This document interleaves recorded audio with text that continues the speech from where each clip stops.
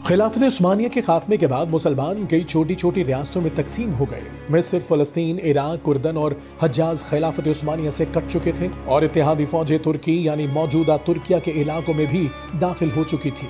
برطانیہ، فرانس اور اٹلی کی فورسز نے استنبول پر قبضہ کر کے تمام فوجی تنصیبات اور بندرگاہیں اپنی تحویل میں لے لی تھیں۔ اس وقت خلیفہ وحید الدین نے حالات کی نزاکت کو سمجھتے ہوئے مفاہمت کا راستہ اختیار کیا تاکہ دشمن اتحادی فورسز ملک کو مزید ٹکڑوں میں بانٹنے سے گریز کریں۔ 1919 میں مغربی اتحادی قوتوں کے آپسی معاملات بگڑنے لگے تو استنبول میں 10 سے زائد خفیہ تنظیمیں بنی جن کا مقصد اتحادی فوجیوں سے اسلحہ چھین کر مزاحمتی تنظیموں کو پہچاننا تھا۔ مزاحمتی تحریکوں کو بھانپتے ہوئے برطانیہ نے مصطفیٰ کمال کو اپنے مہرے کے طور پر تیار کر لیا جس نے ان کے منصوبوں کو عملی جامہ پہنایا۔ یہ ساری خفیہ تنظیمیں جمعیت اتحاد و ترقی کے نام سے مصطفیٰ کمال پاشا کی زیر قیادت اکٹھی ہو گئیں جس نے اپنے انقلاب کو قومیت کا نام دے کر آگے بڑھایا اور ترکی اپنی ریاست کے تمام حصوں سے جدا ہو کر ایک ملک بن کر رہ گیا۔ مصطفیٰ کمال نے سیوس میں ایک کانفرنس کا انعقاد کیا جس میں خلیفہ وحید الدین کو پارلیمنٹ کے نئے انتخابات کرانے پر مجبور کیا گیا۔ انتخابات کے بعد نئی پارلیمنٹ میں کانفرنس کے اراکین اکثریت میں آ گئے۔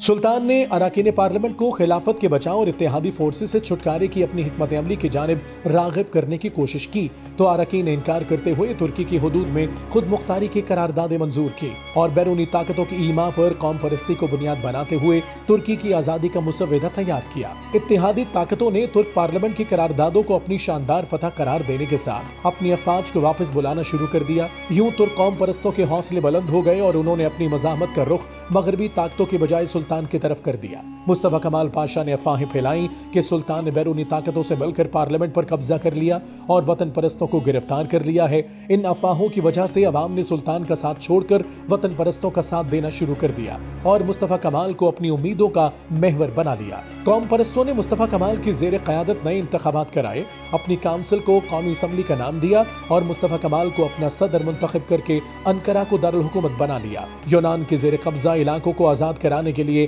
مغربی فورسز نے ترکی کا ساتھ دیا اس شرط پر کہ وہ خلافت کے خاتمے کو یقینی بنائیں گے۔ مقبوضہ علاقوں کی آزادی کے بعد ترکی کے مستقبل سے متعلق مصطفیٰ کمال نے کہا، میں تمام اسلامی ممالک کے ایک ہونے میں یقین نہیں رکھتا اور نہ ہی اس بات کو مانتا ہوں کہ تمام عثمانی عوام ایک ہیں۔ ہم میں ہر ایک کو یہ اختیار ہے کہ وہ جو مناسب سمجھے اپنی رائے رکھے۔ البتہ حکومت کا فرض یہ ہے کہ وہ حقائق پر مبنی ایک ٹھوس پالیسی اختیار کرے اور اس کا بس ایک ہی مقصد ہو کہ وہ ملک کی قدرتی سرحدوں کے اندر اپنے وطن کی آزادی کو برقرار رکھے۔ کوئی وہم یا جذبات ہماری پالیسی پر اثر انداز نہ ہو اور نہ ہی کوئی بوسیدہ خواب اور خیالی باتیں اس سے متاثر کریں کہ جو ہمیں ماضی میں بہت مہنگی پڑے۔ ترک عوام کی آزادی کے لیے قوم پرست مصطفیٰ کمال نے مہم چلانا شروع کر دی جبکہ خلافت اور خلیفہ کے خلاف عوام کو بھٹکانا شروع کر دیا۔ ایک دفعہ قومی اسمبلی میں کہا، کیا محض خلافت، اسلام اور دینی طبقے ہی کے باعث 5 صدیوں سے ترک دیہاتی لڑتے مرتے نہیں آ رہے؟ اب وقت آ گیا ہے کہ ترکی ہندوستانیوں اور عربوں کو چھوڑے اور صرف اپنے مفاد کو مد نظر رکھے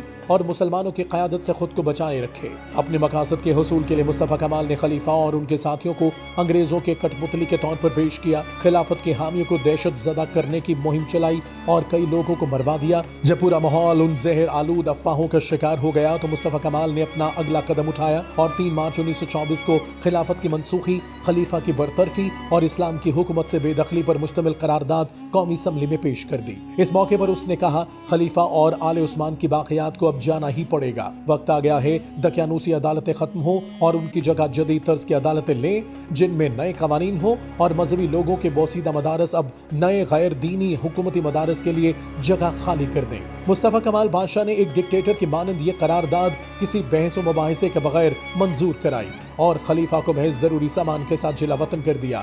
اس طرح مصطفیٰ کمال نے اسلامی خلافت کا خاتمہ کر کے ایک سرمایہ دارانہ ریاست قائم کی اور کفار کے اس خواب کو پورا کیا جو وہ صلیبی جنگوں کے زمانے سے دیکھ رہے تھے۔